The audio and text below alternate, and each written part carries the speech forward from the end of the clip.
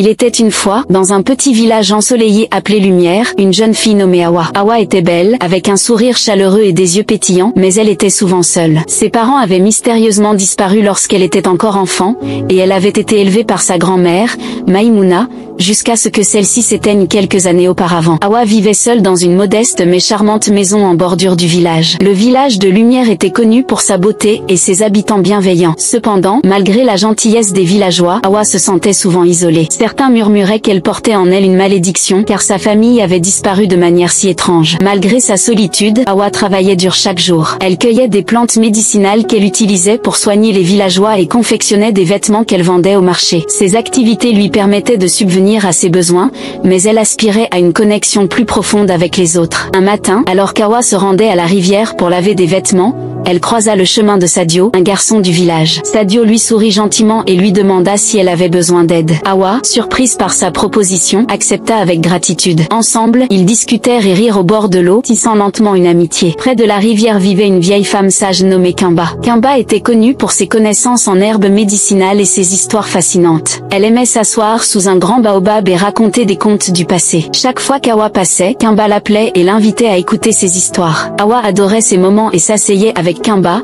écoutant des récits sur les ancêtres, les étoiles et les secrets de la nature. Kimba lui disait souvent, « Ma chère, la bonté est comme un baobab. Ses racines s'étendent loin et profondément, touchant tous ceux qui l'entourent. » Ces paroles réchauffaient le cœur d'Hawa, lui rappelant la sagesse de sa grand-mère. Un jour, alors qu'Hawa récoltait des herbes dans la forêt, elle entendit un bruit étrange.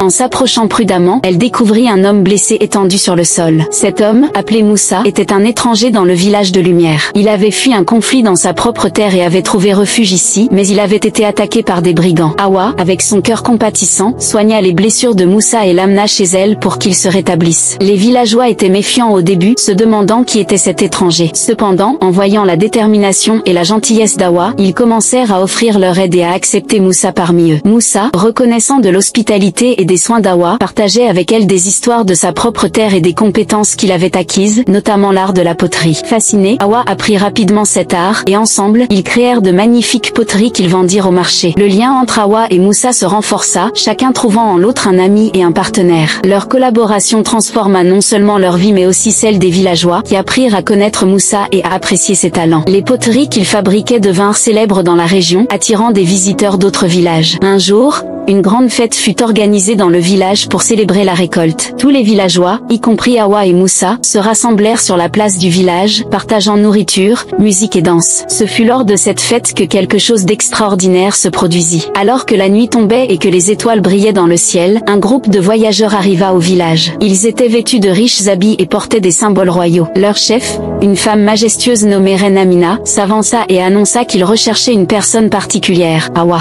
Les villageois, surpris et curieux, se rassemblèrent autour de Reine Amina, qui expliqua qu'Hawa était en réalité la fille d'un roi disparu depuis longtemps. La disparition de ses parents n'était pas due à une malédiction, mais à un complot orchestré par des ennemis du royaume. Maintenant que la vérité était connue, Reine Amina était venue chercher Hawa pour qu'elle retourne dans son royaume et revendique son héritage. Hawa, choquée par cette révélation, écouta attentivement Reine Amina. Elle ressentait un mélange de confusion et d'émotion. Bien qu'elle soit honorée par cette nouvelle, son cœur appartenait à Lumière et à Moussa. Voyant la tourmente intérieure d'Hawa, Reine Amina lui proposa une solution. Elle pouvait choisir de rester à Lumière, mais elle serait reconnue comme une princesse, avec tous les droits et les ressources nécessaires pour aider le village. Hawa, touchée par cette proposition, accepta avec gratitude. Elle savait que son avenir était ici, parmi les gens qu'elle aimait et avec Moussa à ses côtés. Reine Amina respecta sa décision. Avant de partir, elle nomma Hawa gardienne du village, avec des ressources pour améliorer la vie de ses habitants. Les villageois, émus et fiers, acclamèrent Hawa. Ils avaient toujours vu sa bonté et sa sagesse, et maintenant, avec son nouveau titre, il la respectait encore plus. Hawa, avec Moussa à ses côtés, utilisa ses nouvelles ressources pour construire une école, un dispensaire et améliorer les infrastructures du village. Grâce à Hawa et Moussa, le village de Lumière prospéra comme jamais auparavant. Les habitants étaient plus unis, plus heureux et plus reconnaissants. Les histoires de leur bienveillance et de leur collaboration inspirèrent d'autres villages, créant un réseau de communautés solidaires et prospères. Hawa et Moussa vécurent une vie longue et heureuse, entourés de leurs amis et de leur famille. ils continuaient de partager leurs connaissances, leur sourire et leur amour pour le village. Leur histoire devint une légende, rappelant à tous que la vraie force réside dans la gentillesse, la compassion et l'unité. Un jour, des émissaires vinrent chercher Moussa. Ils expliquèrent que sa propre terre avait besoin de lui pour apporter la paix et la prospérité. Bien que ce fût une décision difficile,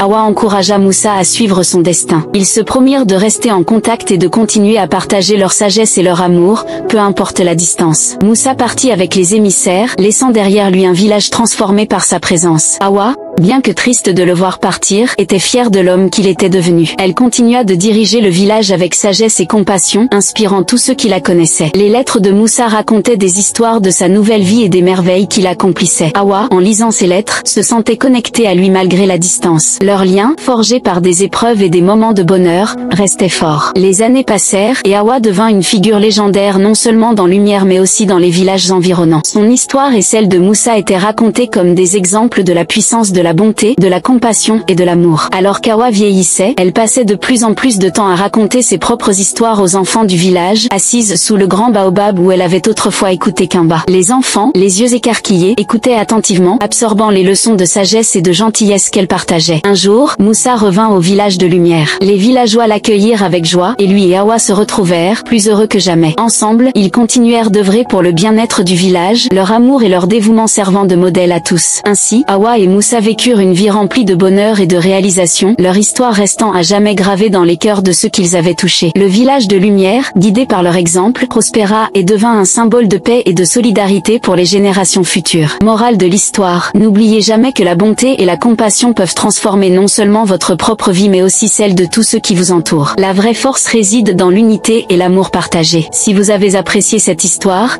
n'hésitez pas à aimer la vidéo, à la partager avec vos proches et à vous abonner à notre chaîne pour découvrir d'autres récits enchanteurs comme celui-ci. Au revoir.